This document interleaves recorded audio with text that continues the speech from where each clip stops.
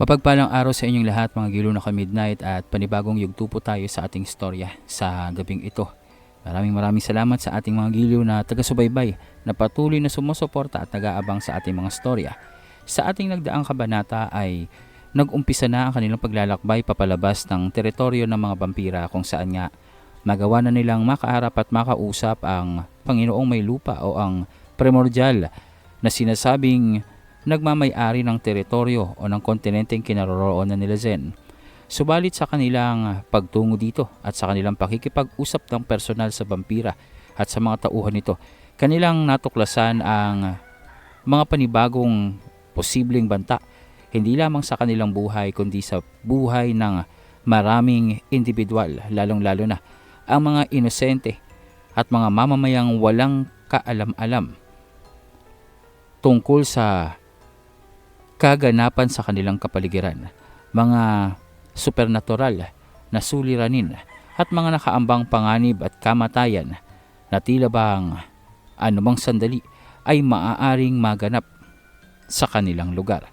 Dito nga ay naipakilala sa pangkat na mga antingero ang mga tinatawag na Los Eternos at ang Los Hermanos, dalawang nagbabangga ang puwersa ng mga individuales na higit ang kakayahan kumpara sa mga antingero, higit ang kapangyarihan kumpara sa mga dayong sibilisasyon mula sa iba't ibang dimensyon kagaya ng mga engkanto, aswang, maging ang mga diablo at ang mga anghel.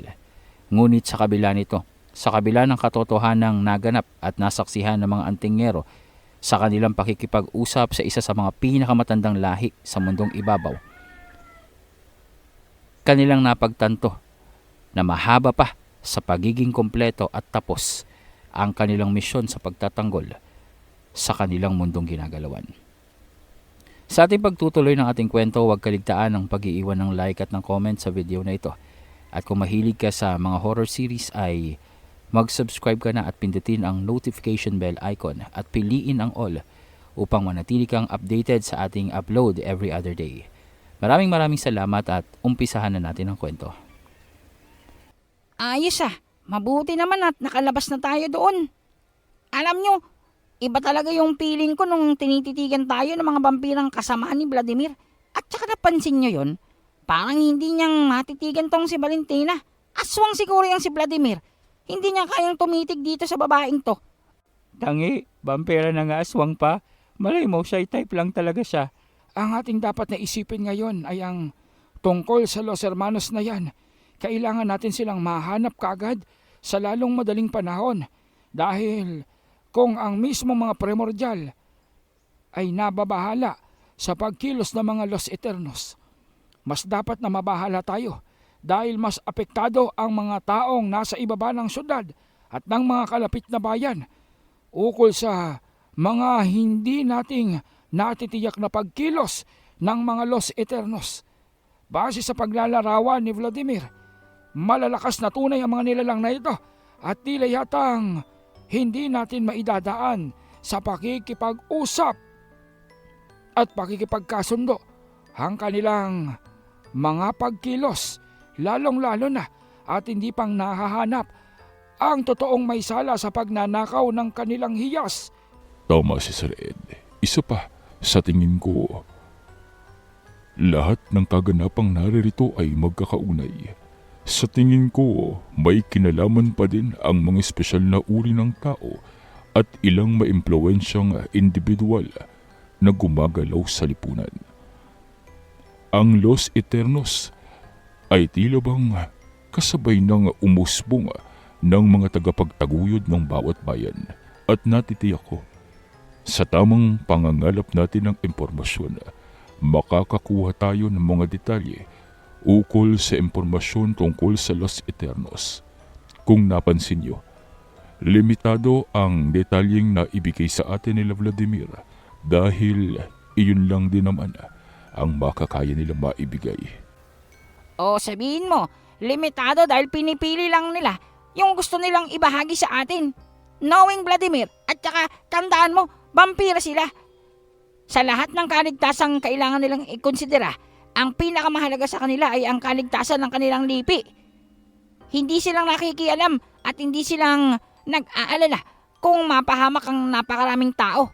Nakita nyo naman, di ba? Ang tanging layunin nila, maipreserba ang kanilang lahi, maipreserba ang pag-iral ng mga vampira. Hindi naman silang nakikialam at hindi silang concerned sa atin, lalong-lalo na sa mga mahihinang tao. Kinakain pa nga nila eh. Ngunit napansin niyo ba, sa tuwing babanggitin ni Nicolas ang tungkol kay Valentina, para bang umiiwas yung mga vampira. Parang may kung ano. Isa pa, hindi silang naglakas ng loob na buksan ng paksa. Usapin tungkol sa tinutukoy nating reyna ng primordial. Kahit makailang ulit itong sinabi ni Baby Nicolas. Oo nga, yun din ang napansin ko. Parang change topic ba ni Vladimir? Ano kaya ang ibig sabihin noon? Sa tingin nyo, natatakot pa din ba kaya sila dito kay Valentine's o baka naman may LQ sila? Sa tingin ko, sa mga sandaling ito ay nag-uusap-usap na ang mga vampirang iyon. Hindi sa kanilang normal ang makaengkwentro ng isang kagaya ni Valentina. Dahil ito ngayon ko lamang sasabihin. Subalit ang mga primordial sa mahabang tradisyon at impormasyong aking nalalaman mula sa mga aklat ng karunungan ay wala ni minsang kinilala na pinunong babae o nangunguna sa kanila na kababaihan. Patriarkal ang sistema ng mga primordial at tanging kalalakihan lamang ang ikinukonsidera nila bilang karapat-dapat sa pamumuno at pangunguna sa kanilang lahi. Ang mga kababaihan sa kanila ay nagsisilbing palamuti lamang at tagasunod ng kanilang mga pinuno. Maliban pa doon, bibihira na makatagpo ng babaeng primordial. Dito sa ating kontinente, wala kayong makikita at walang napapabalita. Sa ibang panig ng mundo, iilan lamang ang babaeng primordial. At kung tama ang mga impormasyong nalalaman namin, ang mga babaeng primordial na may potensyal sa pangunguna sa isang tribo ng mga vampira ay agad na ibinabagsak ng mga kalalakihang pinuno at organisasyon ng mga patriarkal na vampira na nagpapatakbo sa mundong ito. Ibig mong sabihin, mga vampira ang namumuno sa mundo at nagpapanggap na tao lamang? Hindi. Ang ibig kong sabihin, ang komunidad ng mga primordial sa mundo na pinangangasiwaan ng mga tinatawag nilang matatanda, mga elders. Ngunit, hindi itong tiyak. Subalit, kung pagbabasehan ang mga detalye sa kasaysayan, ni minsan, walang babaeng primordial ang naitala dito na gumawa ng isang kakaibang bagay o makasaysayang gawain, aksyon o kabayanihan sa kanilang lipi. Kaya naman, siguro'y nauunawaan ko kung bakit ganoon na lamang ang reaksyon nila sa pagpapakilala niyo dito sa dalaga. Oh, malungkot ka na niyan, Valentina. Hindi kang nakikilala ng mga kasamahan mo. Parang hindi nilang ina-acknowledge yung kapangyarihan mo. Kung ako sa'yo, sinipa mo dapat sa bitlog yung si Vladimir para natauhan. Kita mo yun? Parang aswang na luminis yung paningin sa'yo. Ano kayang meron doon? Dapat nag-iwan tayo ng espiyang makikinig sa usapan nila. Sa tingin ko, nililibak na tayo nun. Kita mo, kanina ko pang nakakayat yung dila ko. Malamang pa rin, Nicolas. Kanina mo pang inangata yung buto-buto at saka yung makunat na karne. Magkakagat mo talaga ang dila mo. Hindi mo pa ba yung bebetawan? Tingnan mo, ang putla-putla na nung karne kakangata mo. Hindi mo namang malunok-lunok. Malinamnam eh. Ang kunat-kunat. Hindi ko talagang malunok to. Mabuti pa nito, dumaan muna tayo kay Akong para naman makakain tayo ng matino. Subalit habang nag-uusap sila sa daanan, naroroong naramdaman nila ang tila bang pagyanig ng lupa at maya-maya lang bumuka ito at bumulwak ng mainit na singaw. Kasabay nito ay naroroong tila bang kumalat ang makapal na usok na nagkukulay kahil at kulay berde. Alam nila sa isang tingin pa lamang. Lason ang nakikita nila. Alam nila na ito ay gawa o kagagawa ng mga ipinagpauna na ng mga vampira na pangkat ng mga individual na espesyal na uri ng tao na naroroong nakaambang tambangan sila sa kanilang pagbaba sa kabundukan. Hindi nagkamali ang mga vampira. Totoo ang kanilang detalyeng ibinigay dito sa mga antingero at mabuti na lamang napaghandaan ito nitong sila Zen. Ngunit bago pa man silang makakilos ay naroroong binagsakan na ng itim na kidlat ang ilang individual na nagtatago sa di kalayuan.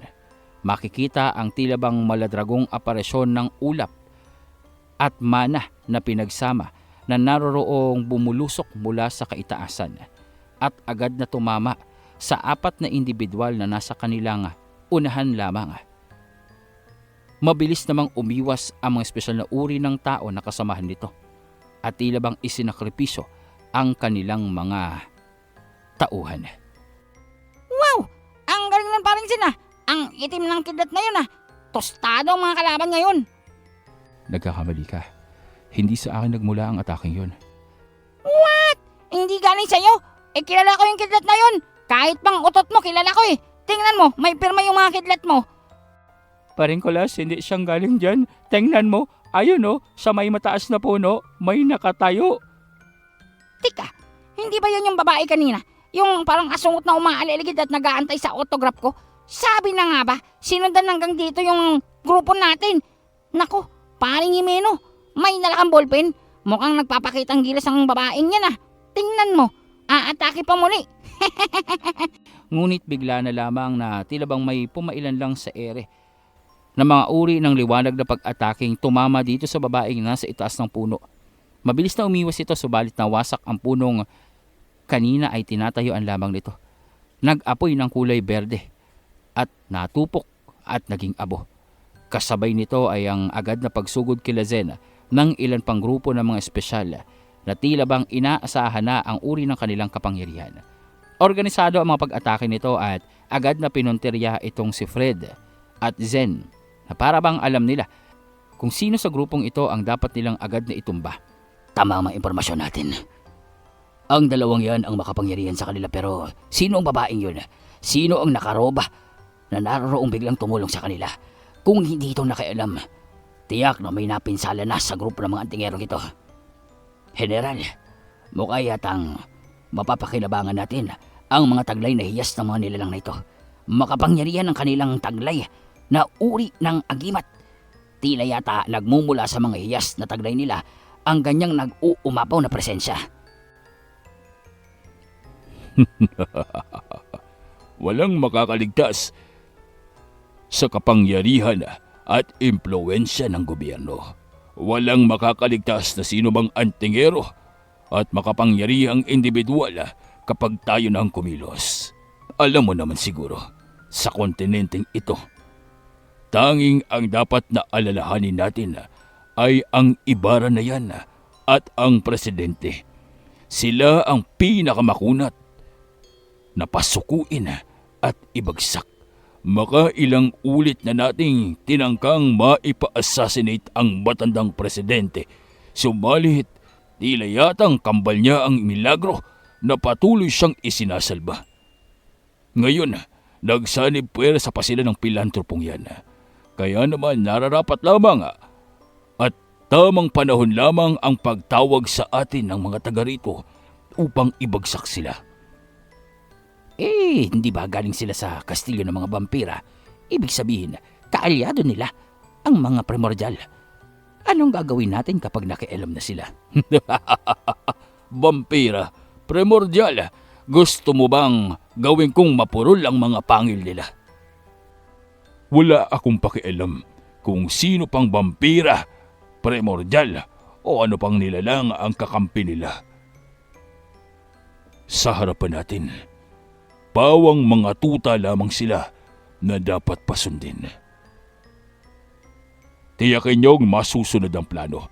Hulihin niyo ang arkanghel at pugutan niyo ng ulo ang lalaking nakaitim. Naroroon lamang na nakatayo ang 3 individual na ito.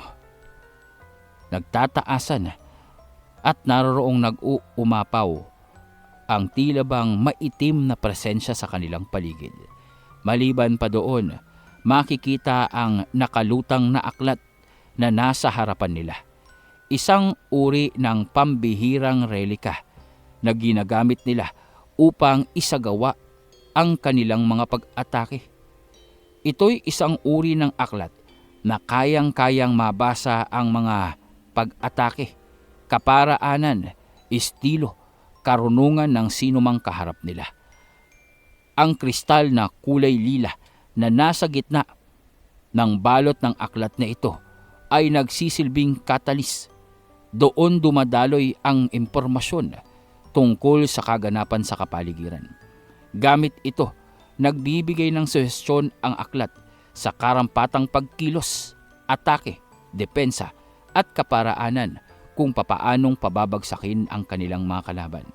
Masasabing ang pangkat ng mga general na ito ay napakalayo ang antas ng kapangyarihan kumpara sa mga nakaharap nilang espesyal na uri ng tao dahil parte sila sa pinakamataas sa hierarkiya ng mga espesyal. Rumihistro na ang kanilang pag-atake. Rumihistro na ang kanilang estilo. Nag-aantay na lamang tayo ng counter-attack measure na maaari nating magamit laban sa mga antingerong ito. Hindi akong makapaniwala na para lamang sa mga individual na ito, kinailangan nating ilabas ang relikang ito mula sa ating headquarters para lamang ibagsak sila. Ganoon na bang kataas ang banta nila laban sa mga espesyal na uri ng nilalang na gumagalaw sa sanlibutan? Mas mabuti na ang nakatitiyak tayo. Hindi ba? Better safe than sorry, sabi nga nila. Alam mo naman, hindi tayong maaaring magpakakampante dahil ang mga antingero ay mga ambisyosong tao.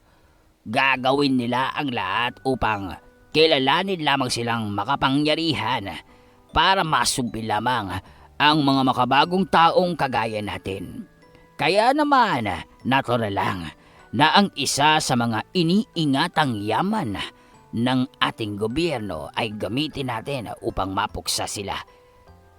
Kapag nagtagumpay ang ating pagkilos sa pinakamabilis na panahon, makakabalik din tayo kaagad sa ating opisina. Masyadong magulo ang kapaligiran dito at masangsang ang amoy ng hangin. Hindi kong gusto. Masama ito para sa kalusugan ko. Kaya naman, Bernard, baka naman maaari na nating isagawa ang pagsupil sa kanila. Mukha yatang pulado na ang liwanag ng pahina ng aklat. Nakahanda na ang pag-atake upang mapuksa silang lahat. Tama ka. Ngunit ayaw mo bang antayin ang pagkukulay kahil ng aklat?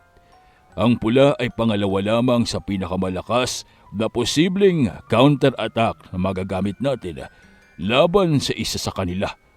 Ngunit kung aantayin natin ang kahil na liwanag ng pahinang ito, tiyak lahat sila ay masusupil at mabubura sa mundong ibabaw. Napatunayan na natin ito sa ilang beses na paggamit natin dito. Maging ang mga mahatan ay nagawang maibagsak di umano nang unang gumamit ng aklat na ito. Sabalit wala namang katiyakan yan. Mahatan ay mahatan. Kahit anong sabihin natin, kahit bali-balik na rin natin ang mundong ibabaw, makapangyarihan silang tunay. At siguradong hindi tatalab sa kanila ang ganitong tome at relika. Kaibigan, General, nakakalimot ka yata. May mga uri ng mitikal na relika. Ang kahit mga bathala ay kinakatakutan ito. Kaya hindi akong magugulat kung isang mahatan ay nagawang absorbahin ng libro upang maging parte ng kanyang kapangyarihan. Oras na mangyari iyon, walang maiiwang bakas sa mga antingerong yan at mapapaloob sila sa aklat na ito.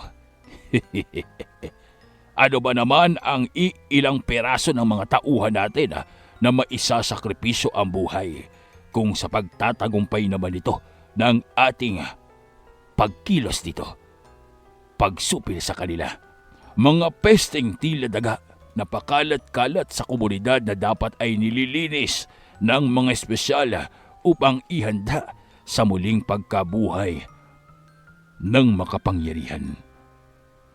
Oras na maisagawa nating matawag siya, sigurado ako mas magiging makapangyarihan ang karunungan ng mga kagaya natin. Ito ba yung tinutukoy mong pag-absorba sa pinagmulan ng ating kapangyarihan? Tama. Oras na maganap, mabuo ang kamalayan ng pinagmulan ng kapangyarihan ng mga espesyal.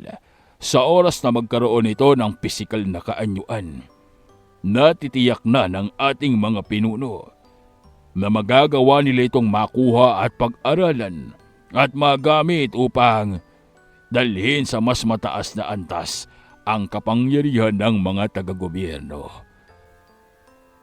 Ang tinatawag ng ibang espesyal bilang Panginoon nila ay tanging kasangkapan lamang para sa atin, ukol sa paglakas ng ating kapangyarihan at pagiging dominante sa mundong ibabaw, na kahit na ang mga primordial na kinakatakutan ay magiging parang mga ipis na lamang sa ating harapan. Gusto ko ang ideyang yan. Ipis na vampira. Napakasarap tapak-tapakan, pisatin at durugin. Ngunit, tila yata nagmamatigas ang mga antingero at pagmasdan nyo. Kanina pa silang sinusubukang ibagsak ng ating mga kasamahan gamit ang kanilang mga relika talisman. Ngunit matigas ang kanilang ulo at tila yatang nagpupumiglas pa. Oras na para kumilos tayo. Oras na para ipakilala sa kanila ang puwersa ng mga general ng gobyerno. Zen, malinaw na patibong lamang ito. Nakikita ko ang presensya ng isang makapangyarihang bagay sa unahan na tila bang nagkakarga ng enerhiya upang pastangin tayo. Natitiyak ko, sadya nilang ipinadala ang mga nilalang na ito, ang mga taong yan, mga mersenaryo, upang malihis ang ating atensyon habang sila ay naghahanda para sa kanilang pag-atake.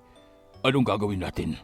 Masyadong marami ang mga nariritong sumasalubong sa atin. Maliban pa doon, ang kanilang mga gamit na talisman at mga mahiwagang bagay ay maaaring magdulot sa atin ng kapahamakan. Huwag kayong mag-alala.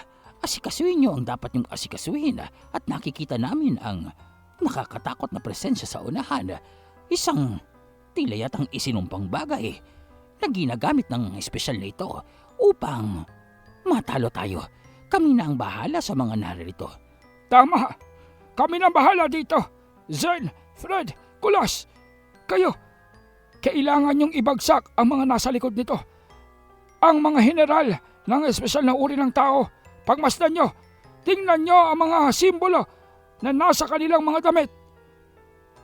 Yan ay nangangulugan lamang ng mga general ang nariritong namamalakad sa kanilang pag-atake. Masyadong madumi silang makipaglaban na maski na mga mersenaryo, binayaran nila para lamang sa pagsugpo sa atin dito. Mukha yatang ang pangarap nyong maging lihim, ang inyong pagkilos at ang pangarap nyong huwag umagaw ng spotlight sa mundo ng pag-aanting ay hindi magtatagumpay iho. Dahil ngayon pa lamang, hindi nyo nang kaya pang mapigilan ang pagsabog ng detalye ukol sa inyong mga ginawa. Sigurado ako, kalat na, kung hindi man sa buong kontinente, kundi sa buong mundo, ang tungkol sa isang arkanghel na nasa kalupaan at isang emperor ng Karimlan. Sigurado ako, hindi matitigil ang pagdating ng inyong mga kalaban.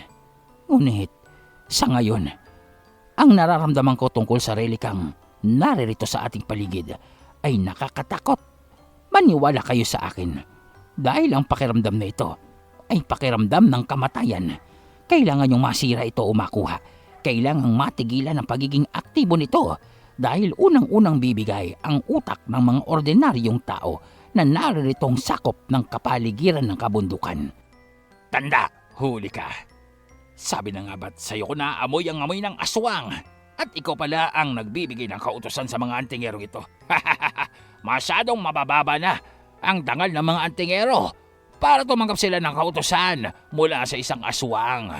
Nilunok nyo na ba ang natitira nyong pride, ang inyong dangal bilang mga pipitsuging antingero para lamang manalo laban sa amin? At nakuha nyo ng kumampi sa isang aswang, isang salot ng lipunan. Hoy, ikaw ang mukhang salot. Tingnan mo ang pag-iitsura mo. Para kang nasunog. Tsaka, bakit ka bang naririto? Sino bang may sabi sa'yo para pangaralan kami? At tsaka, ano yung hawak-hawak mong bali-baling espada? Anong sinasabi mong bali-baling espada? Teka, anong nangyari sa espada ko? Sabi ko sa'yo, bali. Hatawin mo ba naman niyang sininang? Kita mong mas matanda pa yun sa pinakamatandang puno dito sa mundo? Yung katawan niyan, parang bakal na. Tapos, hahatawin mo niyang laruan mong espada? Yan, buti nga sa'yo. Teka. Hindi kong gusto ang tabas ng dila mo, iho.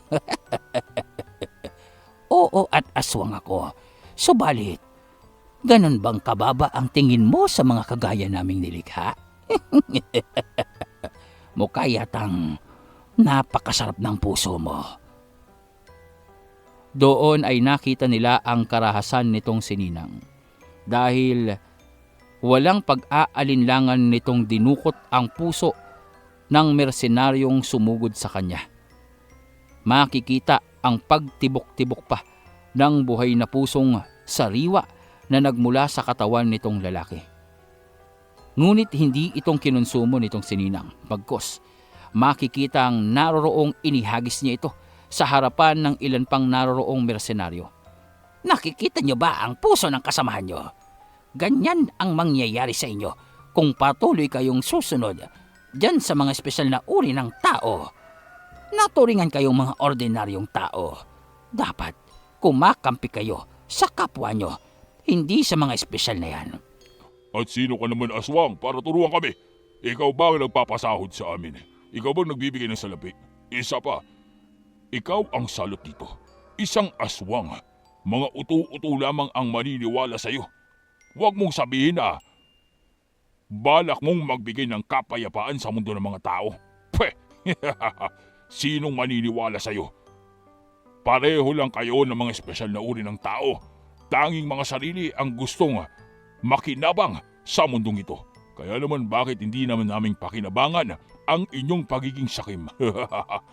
Mabuti pa ang mga espesyal, nagbabayad. Kayo. At makikitang tagilid nga ang kalagayan ng mga masasamang antingero at mga mersenaryong tinanggap ang misyon o ang trabaho mula sa mga general na nagmula sa gobyerno. Doon nga, habang sila ay naglalaban at tabuo na rin ang pag-ataking inihanda ng 3 general. Walang pakundangang pinakawalan ng general ang pag-ataking nagmumula sa kahil na aklat. Hindi na nilang inisip pa kung madadamay ang mga mersenaryong nasa kanilang panig. Gumuhit sa kalupaan ang isang malakas na puwersang tila bang kahil na apoy na naroroong lumikha ng malalim na hukay sa kabundukan. Dire-diretso itong naroroong inasinta dito kay Zen na kasalukuyang napapaligiran ng 5 mersenaryo na may daladalang kakaibang uri ng mga sandata, mga relikang nagmula sa gobyerno, mga kagamitan na ibinigay ng mga pinuno na mga espesyal na uri ng taong nagpapatakbo sa gobyerno upang mapuksa ang mga banta sa kanilang pamumuno. Natunaw, naglaho, napaslang lahat ng mga mersenaryong naroroon. Ngunit nanatiling hindi apektado itong si Zen dahil makikita ang tila bang pakpak na kalasag na nagmumula sa 7 pakpak ng kalangitan nitong si Fred. Isang solidong enerhiya na dahil nga sa kadiliman ang pinagmulan ng kapangyarihang apoy na kahil ay naroroong nakansela nitong si Fred. Subalit sa ginawa niya, May magkasunod na atake ang tumama naman mula sa kaitaasan patungo kay Fred. Tila yatang diversyon ang ginawang pag-atake ng tatlong general sa baba at naroroong makikita mula sa lumulutang na sasakyang panghimpapawid ang pagpapakawala ng pag-atake ng tatlo pang general. Espiritual na pag-atake ito na tila bang espesyal na ginawa kontra sa isang dibinong nilalang na kagaya nitong si Fred. Nagkukulay asul at puti ito. Masasabing may katangiang pagkadibino, subalit ibang kalidad ng espiritual na enerhiya. Naroroong tumama ito sa kaliwang bahagi nitong si Fred. Mabuti na lamang at agad niyang naitaas ang kanyang depensa dito. Subalit nagdulot pa rin ito ng tila bang pagkapaso at pinsala sa kanyang braso. Dahilan upang maantala ang ginagawa niyang kalasag dito sa kanyang kaibigan. Kasabay nito ay ang pagbulusok ng isang napakalaking tao na may hawak na 2 kampilang napakabibigat na naroroong nakaasinta sa mga pakpak nitong si Fred. Masaya ito. Isang ibong walang pakpak. Ang kababagsakan mo, Arkanghel. Humanda ka! Umay, si paring Fred, tatamaan, magiging chicks to go. Hindi ako makakapayag dyan. Humanda ka sa akin, Bakulaw. Tanda, ngayon na. Aking karangalan. Katsupoy, halika na. Katsupoy, umayos ka. Mamaya tayo magtutuos. Ipapakis kita kay Tibor. Halika na. Mabilis ngang nagpalit ng anyo sa pagkadyablo itong si Kulas at naroroong lumitaw ang kanyang mga sungay kasabay ng paglabas ng napakahabang espada. Ang kakayahan nitong si Kulas ay ibinuhos niya sa kanyang sandata dahil nga sa napakabilis ng pagbulusok ng malaking nilalang, isang espesyal na uri ng general na naroroong daladala ang kanyang mga relika. Mabilis na sumugo dito ang espada nitong si Kulas, gahiganting talim na naroroong tumukod mula sa lupa at sinalubong ang lalaki. Not so fast, baby boy. Ang lakas ng bulusok mo. Barbecue ka sa akin ngayon. Teka lang, ano ito? Hindi lang makakaiwas ba? Tulungan niyo ako! Subalit huli na ang lahat dahil sa bilis ng kanyang persang pagbulusok mula sa lumulutang na sasakyang panghimpapawid.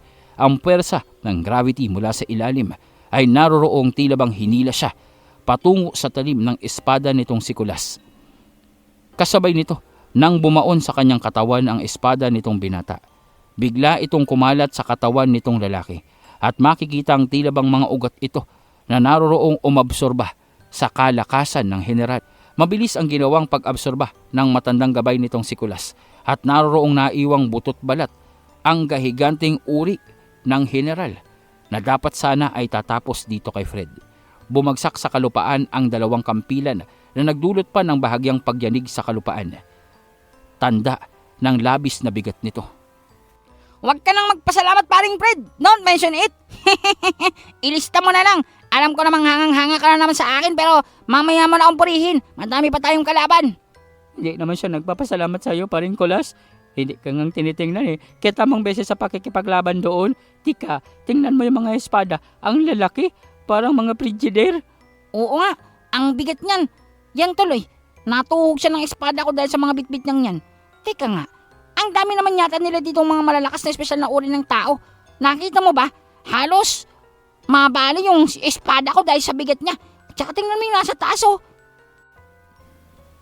Mukha yatang pinaghandaan nga nila ang pagsugod sa atin. Tila yata napakalakas naman ang persang ipinadala dito ng gobyerno para ibagsak tayo mga antingero at aswang. Hindi kayo ang tanging pakay nila dito. Natitiyak ko. Ang oposisyon ang may gawa nito. Ang mga espesyal na uri ng tao na pinamumunuan ng mga general na matagal ng ibig na magpabagsak sa akin ang nagpadala ng mga yan. Pasensya na kayo at mukhang nadamay pa kayo sa kaguluhang ito. Oo nga, ha? Dapat lang na humingi ka ng pasensya. Nananahimik ako doon sa estasyon ko. Hihila-hilahin mo ako dito sa kabundukan, ha? Tapos ano, para kaharapin yung mga kumag na yan, ha? Ilang beses na ako nakatanggap ng death threat mula sa kanila. Tapos ito, magiging totoo na. For all I know, maliban sa'yo, maski ako punteriya ng mga yan. Dahil sa'yo, ang kulit mo kasi. Sinabi ko naman sa'yo, huwag mong i-expose yung tungkol sa atin. What? Merong tungkol sa inyong dalawa? Wow, Barbie! Sabi na nga ba may namamagitan sa inyo? Ungas! Hindi yun ang ibig kong sabihin. Top secret ang aming mga misyon. Kaya lang, etong ulyaning gurang, maglakad ba naman na parang namamasya sa parke patungo sa istasyon, Kasalanan mo pala yung tanda. Ikaw kasi, Abo Gildas, masyado ka naman pasikat. Teka nga, bakit ka ba nilang gustong patayin? Isa ka lang namang aswang. Ano bang kinalaman mo dito? At saka, bakit gusto-gusto kang mawala ng mga espesyal na uri ng tao na yan? May utang ka ba sa kanila? Dahil ako ang nagpapanatili ng hangganan sa kanilang paglikha ng kaguluhan sa mundong ito laban sa mga tao at aswang. Kung wala ako, kung hindi kong kinuha ang posisyon sa pagka-presidente, baka wala na kayong natatnang mapayapang mundo dito sa pagbabalik nyo. Baka purong espesyal na ang nadatnan nyo. Kaya gusto kong ibagsak ng mga yan dahil kung mawawala ang proteksyong nakabalot dito sa komunidad na ito, sa kontinenteng ito, na dahil na rin sa pagsasakripisyo ng aking mga kauri, kapag nawala ang selyong naglilimita sa pagpasok ng mga kauri nilang mula sa ibang kontinente, at kapag nawala ang bisa ng kasunduan ko laban sa mga individual na yon, malaya silang makakakilos at makukuha ang posisyon ng pagkapresidente upang malagyan ng kanilang mga puppet, tauhan, mga tagasunod na magpapatupad ng kanilang kagustuhan. Alam nyo naman ang kasunod noon, pandaigdigang kaguluhan at hangganan ng sibilisasyong ito. Mukhang makunat ang mga individual sa baba. Nagawa nilang matalo si Toro. Nagawa nilang patayin ito ng basta-basta na lamang. Sige na. Ibagsak nyo na. Sigurado ba kayo? Malakas ang magiging pagsabog nito at maaring madamay tayo dito sa itaas. Problema ba yun? Di itaas mo ang lipad natin. Ibagsak mo na yan. Pasabugin nyo silang lahat dyan. Kung hindi silang kayang matinag ng mga espiritista natin at mga makapangyarihang mandirigma, di pasabugin na lang natin silang lahat. Total, di naman kawalan ng kabundukang ito. Sige na! Ano ba? Ibagsak mo na yan. Naroroong nakahanda ang mga pasabog na dala-dala ng sasakyang ito na tila bang nagmula pa sa mga general. Mga uri ng mga pasabog na maaring magdulot ng labis na pagkawasak sa kabundukang iyon at sa mga kalapit na bayan nito. Dalawang uri ng pasabog na espesyal na inihanda upang sakasakaling mabigo ang kanilang mga pagkilos kontra sa presidente at sa mga kasamahan nito. Gagawin nila ang lahat. Magdulot man ito ng pinsalang umabot sa maraming bayan. Mapuksala ang mga presidente at ang mga antingero. Umanda kayo. Itaas ang lipad ng sasakyang ito. Sa oras na matunaw sila dyan, sa oras na maglaho ang kabundukan, maglalaho na rin ang mga pinakamatinding tinik sa ating lipunan. May dahilan kung bakit daladala natin ang mga pasabog na ito. Anong akala nyo? Palamuti lamang ito. Sige na! Bitawan nyo na yan at ibagsak sa kanila. Oras na para matapos ang kanilang kahibangan. Anong akala nila? Mga utu-utu tayong kakalabanin sila ng mano-mano kung ganyan silang kalalakas. Tingnan natin kung kaya nilang sanggain ang pangmalawakang pagsabog ng mga bombang ito. At naroon ngang walang nagawa ang mga tauhan nitong general, kundi ang sundin ng kautusan. Makikita ang inilapat nito ang kanyang kaliwang kamay sa tila bang aparato na nagsisilbing susi o susian ng kanilang mga daladalang bomba. Marahan itong inilapat ng general at nang makumpirma, naging aktibo ang makinarya at bumukas ang daanan ng kanilang mga bomba pababa dito sa mga antingero. Mukhang masama ito, Zen! Zen! Tingnan niyo sa taas! Sabay-sabay na napalingon ang mga antingero at naroroong makikita nga ang pagbukas ng sasakyan at ang paglitaw ng 2 bomba. Isa lamang dito ay sapat na upang puksain ang buong kabundukan at burahin ito sa mapa. Ngunit balak ng general, ang 2 ang ibagsak upang matiyak na walang matitira sa kanilang katawan. Nalindigan na! Nahihibang na yata ang mga yan! Lahat tayo dito, balak nilang tapusin kasama ng mga antingero at ang presidente! Bakit ba natin tinanggap ang trabahong ito? Wala na tayong magagawa. Milagro na lamang ang magliligtas sa atin. Malawak ang sakop ng mga pasabog nila. Kung may teleportasyon tayo, baka makaligtas pa tayo pero tatakbo. Tanggapin na lamang natin. Pawang mga tau-tauhan lamang tayo at sakripisyo para sa kanilang mga plano. Nawalan ng dahilan upang makipaglaban ang mga mersenaryo. Nawalan sila ng dahilan upang puksain ang mga antingero dahil sa pagkakataong iyon na pagtanto nila.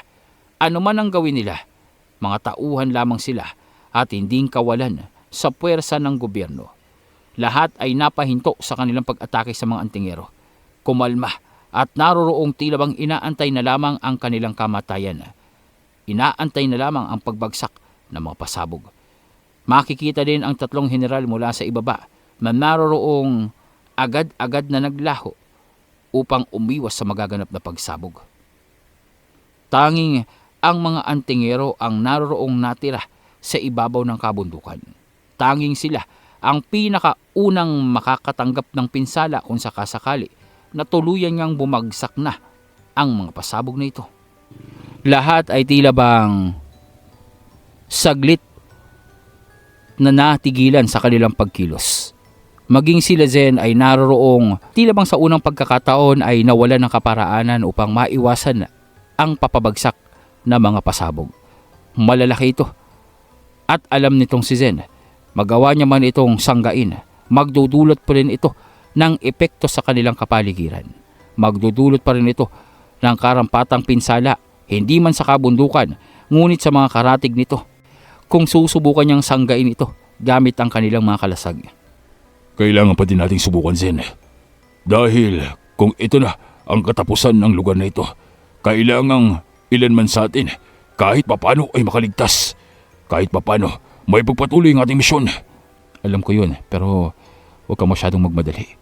Hindi pa itong katapusan natin. May pakiramdam akong may mangyayaring hindi inaasahan. Isa pa, kung ura-urada tayong aaksyon, hindi natin na malalaman kung ano ang epektong dala ng mga pasabog na yan. Siguro naman hindi mong iniisip na isang ordinaryong bomba lamang ang daladala nila. Tiyak ako, may mga kasama itong kababalaghan. Natulala sila! Baka yata ang tinanggap na lamang nila sa kanilang mga sariling kamatayan. Oras na. Mamaalam na sila. Ibagsak na yan! General, may nasa taas po ng bubong natin! Ha? Ano may nasa taas ng bubong? Papaano? Nasa itaas tayo. Papaano makakapunta dito mga antingero nang hindi natin nakikita? Paano sila nakalusot sa ating depensa? Hindi pa silang mula sa mga antingerong yan! Tingnan niyo po! May 2 lalaki ang nakalutang sa itaas ng sasakyan nila. Nakatitig sa salamin kung saan naroroon ang mga general at ang piloto ng sasakyan. Kasabay nito ay ang pagtaas ng hintuturo ng isa sa mga lalaki. Bigla na lamang na tila bang nabalot ng bilugang ritual na simbolo ang buong sasakyan. Matapos iyon, naglaho ito kasabay ng mga bomba nila. Sunod na namalayan nito ay nasa kalagitnaan na sila ng alimpuyo ng malawak na karagatan kung saan naroroon ang mga nakakatakot na halimaw. Walang kung ano-ano ay lumundag ang isang napakataas. Walang kung ano-ano ay naroroong bigla na lamang nagdilim ang kanilang kapaligiran sa paglundag ng isang napakalaking halimaw na direkta silang kinain at pumasok sa loob nito. Doon sumabog ang kanilang daladalang bomba, ngunit wala itong naging epekto sa nilalang na dire-diretsong nagpatungo sa kailaliman ng karagatan. What? Anong nangyari sa atin, Paring Kulas? Tingnan mo, nawala yung spaceship. Oo nga no! Asa na yung sasakyan dyan? Asa na yung mga bomba nila? Teka, sino yung dalawang yun? Zen, yan ba ang tinutukoy mong kaganapan na maaaring mangyari sa atin? Ang dalawang yan. Hindi ako sigurado pero siguro sila yun. Iba lang talagang pakiramdam ko. Nakapagtataka. Bigla na lamang silang lumitaw mula sa kawalan. Parte pa ba sila ng mga primordial? Mukha yatang sila ang mga nagmula sa Los Hermanos. Tingnan nyo, ang tarhetang ibinigay sa atin ang simbolo. Kapareho ng simbolo na nasa kanilang mga braso. Ibig mong sabihin, nakamanman na sa atin ang Los Hermanos? Ibig mong sabihin, nag-umpisa na nga ang kaguluhan sa mga taga Los Eternos. Tumitig lamang sa kanila ang dalawang nilalang na ito, kasabay ng tila bang pagkaway sa kanila at biglang paglalaho ng mga ito. Hindi na ito nag-aksepa ng oras upang lumapit sa kanila at kamustahin ang kanilang kalagayan. Tila bang matapos na maglaho ang sasakyang panghimpapawid, naglaho din ang dalawa. Ang tatlong general na dapat sana ay papaakyat sa sasakyang ito ay naiwan sa ere at naroroong nalantad dito kay Zen. Hindi naman nag-aksaya ng panahon itong si Zen at Fred maging si Kulas. Nang makita nila ang kalaban, agad nila itong sinugod. Agad na inagaw nitong si Kulas ang aklat na nasa harapan nila at naroroong initsa patungo kay Jimeno. Sandali! Ang aklat namin! Ibalik nyo yan! Finders Keepers, amin na to! Kanina pa kayong makulit din ah! Mukha yatang naiwan kayo ng sasakyan nyo. Pasensya na kayo, pero hindi na kayo maaaring makaalis pa dito. Hindi nang nakatugon pa ang tatlong general dahil bago pa man silang magsalita, nasa likuran na nila ang mga aswang na nagmula sa kapangyarihan nitong si Zen. Agad silang sinaksak ng mga sibat nito. Matapos iyon, nilapa ang mga ito at makikita ang unti-unting paglalahot ng buhay nila. Ang mga espesyal na nilalang na ito ay nagtangka pa sana upang magpalit ng anyo sa kanilang tunay na itsura bilang mga espesyal na uri ng nilalang mula sa dugo ni Zatan. Subalit, bago pa nilang magawa ito, nalapa na ng mga aswang ang simbolo sa kanilang noo. Nakonsumo na ang kanilang enerhiya at naroroong nabulok ang kanilang katawan dahil na rin sa epekto ng presensya ng mga aswang sa kanilang kapaligiran. Ang epekto ng kamatayan. Natulala ang mga mersenaryo. Ang mga general na tinitingala at kinakatakutan, naroroong tila bang naging pagkain lamang sa mga misteryosong nilalang. Ang relikang ipinagmamalaki at itinatangi ng gobyerno, naroroong nasa kamay na nitong si Jimeno. Sa isang iglap, ang matagal na pinaghandaang pag-atake ng mga taga-gobyerno, ang ilang buwan na pagpaplano ng mga ito at ng kanilang pinuno upang masugpo itong si Apo Gildas at ang lahat ng kalaban nila ay naroroong tila bang natunaw, naglaho at nabigo. Walang sino man sa 6 na general ang nagawang makaligtas at makabalik sa kanilang himpilan. Lahat ng mga mersenaryong natirang buhay nawalan ng dahilan upang makipaglaban at naroroong kumaripas ng takbo para sa kanilang mga buhay. Mukhang tapos na ang palabas na ito. Tila yata sumuko na ang mga mersenaryo. Ang kawalan nila ng pinuno, ang masaksihan ng kamatayan ng mga general na sinasabing pinakamanga makapangyarihan pagdating sa kalupaan at kinakatakutan ng mga aswang, ang kanilang pagkawala, pagkagapi ay naging dahilan ng pagkawasak ng pag-asa ng mga kalaban. Ngunit, anong gagawin natin sa individual na yon? Ang tinatawag ang sariling emperor ng Karimlan. Mukha yatang alanganin na sabihin kalaban siya, subalit masyadong maaga pa upang kilalanin siya bilang kasamahan at kakampi, kaalyado natin. Ano ba ang gagawin ni Zen ukol dito? Natitiyak ko, walang balak ang babaeng niya na humiwalay sa atin. Vladimir, kagaya ng inaasahan mo, nabigo ang mga general, nabigo ang kanilang plano na tambangan ng mga antingero. Mukha yata tama ang prediksyon na ibinigay sa iyo ng orakulo. Tila yata magpapatuloy ang kaguluhang ito. At sigurado ko, mapipilitang magtungo sa kontinenteng ito ang mga pinuno ng espesyal. Hayaan mo magtungo sila dito. Hayaan mo nga maakit sila sa ating kontinente dahil iniimbitahan ko sila. Kung hindi ko mang magawang magtungo sa kung saan silang naroon, sila ang pupunta dito upang mapas lang natin. Subalit, ano ang gagawin nyo tungkol sa abominasyong nagaganap? Ang ibig mo bang sabihin, ang tungkol sa babaeng iyon? Tama, mismo. Ang babaeng pinakilala nila bilang reyna ng mga primordial. Batid mo naman siguro, Vladimir. Isang malaking kahibangan ito para sa ating mga vampira. Sa matagal at maraming siglong lumipas, ni minsan walang babaeng pinuno ng mga primordial ang nailathala at kinilala.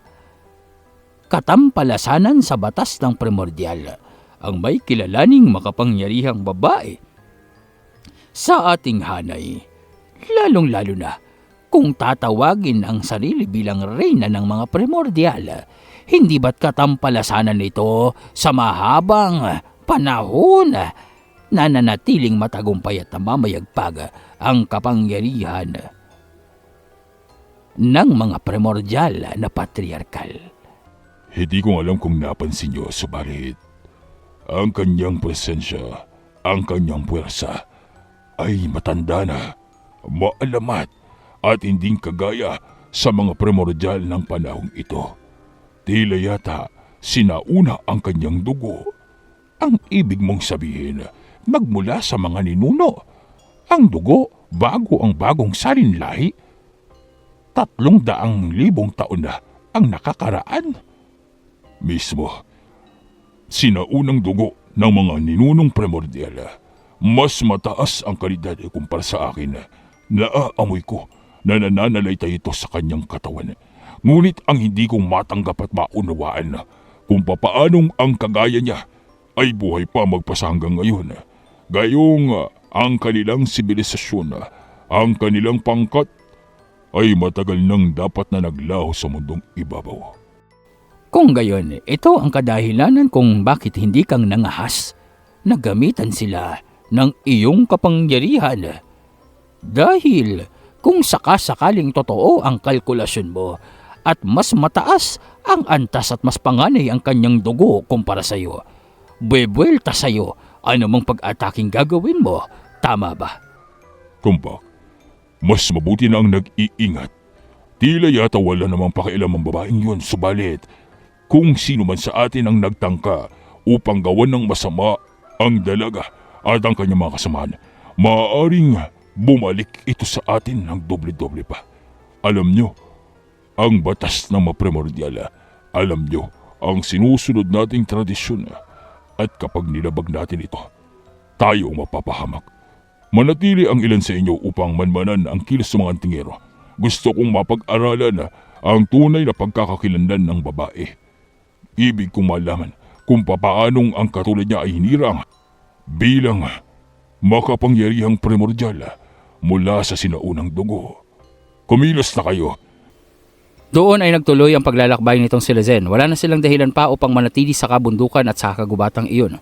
Napuksa na ang mga nagtatangka sa kanilang buhay. Maging ang mga mersenaryo na dapat ay nakaambang atakihin sila at magdulot ng pinsala sa kanila ay hindi nang maramdaman pa sa kapaligiran. Mabilis na kumalat sa mga ito at umabot ang detalye tungkol sa pagkapuksa sa 3 general at ang paglalaho ng sasakyan mula sa gobyerno. Mabilis na umabot sa kanila ang detalye tungkol sa 2 misteryosong makapangyarihang nilalang na tila bang kaalyado ng mga antingero, dahilan upang kanselahin ng lahat ng pangkat ng mga mersenaryo at mga kalabang antingero ang kanilang pagkilos kontra sa presidente. Agad na ipinakalat ang balitang ito sa kanilang mga organisasyon, maging sa underground community ng kanilang mga kalahi. At naroroong mabilis na kumalat nga ang usap-usapan tungkol sa panibagong uri ng mga nilalang na hinding antingero at hinding espesyal na tao na naroroong tila yatang susupil sa kasamaan. Ay, ang sarap naman nun. Buti na lang nakapag-unat-unat tayo doon. Ano kayang nangyari doon sa ipinadala natin sa gitna ng karagatan? Uy, kausapin mo kaya ako? Ano ang nangyari sa inyo? Ano ang naganap sa iniutos ko? Ayun. Areglado na, boss. Ayos na yung mga antingerong yun. Pero ano bang nakita sa kanila nung vampirang kaibigan mo? At bakit itinimbre sa atin? Hindi ko pang alam pero malalaman din natin yan. Ayoko man sanang maipaalam sa mga mabababang antas ng karunungan ng mga nilalang sa mundong ito ang pag-iral ng Los Hermanos. Ngunit tila yata nagbago na ang takbo ng panahon. Tila yata panahon na upang makilala nila ang protektor ng mundong ito. Ayos to. Pero sa tingin ko walang mga binatbat ng mga antingero yun. Ano bang mapapalan natin sa kanila? Baka magkaroon lang tayo ng alagain dito. Yung mga general lamang na pipitsugin na yun at yung laruan nilang pasabog, di na nilang nagawa ng paraan. Masyadong maaga para magkaroon ka ng ganyang opinyon tungkol sa kanila. Tandaan mo kung saan kang nagmula. Tandaan mo kung saan nagmula ang bawat isa sa Los Hermanos. O na. Tapos na yung trabaho namin dito. Baka naman pwede na akong lumabas at nag-aantay pa ang mga kaibigan ko. Paano? Diyan na kayo mga gurang. Sa isang hindi tukoy na lokasyon, sa isang hindi tukoy na lugar, naroroong makikita ang iilang individual. Bagamat walang pagkakakilanlan at bawat isa sa kanila ay hindi makikita ang mga pagmumukha. Subalit tila yatang ang organisasyon ng Los Hermanos ay binubuo ng mga tunay na makapangyarihang individual. Ang pangkat na tinutukoy ng vampira na patuloy na lumalaban sa puwersa ng Los Eternos. Ngunit ano kaya ang magiging ambag ito sa mundong ginagalawan nila Zen? Napipinto na ang pagpasok ng pangkat ng mga antingero sa parte ng kanilang buhay, sa kabanata ng mundo ng pag-aanting kung saan lahat ng nalalaman nilang makapangyarihan, malakas at pagtatagumpay ay tila yatang mawawalan ng kabuluhan sa harap ng mas makapangyarihang mga individual. Paring Zen, tulala ka dyan. Iniisip mo pa rin ba yung dalawang misteryosong nilalang na yun? Kahit ako, hindi ko maramdaman kung anong uri ng pwersa yung tinataglay nila. At saka, isipin mo yun, isang buong malaking spaceship. Tinanggal nila dito na parang itineleport sa ibang lugar. Kaya mo bang gawin yun? Pasensya na pero sa tingin ko kahit anong subo ko, hindi ko kayang gawin yun. Nakita nyo naman kung gaano kalawak yung espasyong kinain ng kapangyarihan nila. Mukhang tama ang vampira. Hindi biro ang Los Hermanos. Kung hindi silang bero, ano na lang yung kalaban nilang Los Eternos? Yung mga sabing masasama? Oo nga. Mukha yatang hindi nagdodoktong si paring Vladimir tungkol sa mga Los Termos na yan, tsaka Los Alimangos. Aba, sana naman huwag tayong kalabanin ng mga Los Alimangos na yan. Ayoko mga teleports kung saan-saan. Pero teka nga paring Zen, ano na bang gagawin natin ngayong taglay mo na yung mutya ng hunyango? Tutuloy na ba natin yung pagtapos sa mga espesyal na uri ng tao? Sa tingin ko parang nonsense na yung kalabanin yung mga espesyal na uri ng tao. Mas mababa yung antas nila kumpara dyan sa nakalaban nilang mga alimango. At saka, anong gagawin natin kapag nakasagupan na natin yung mga termos na yan?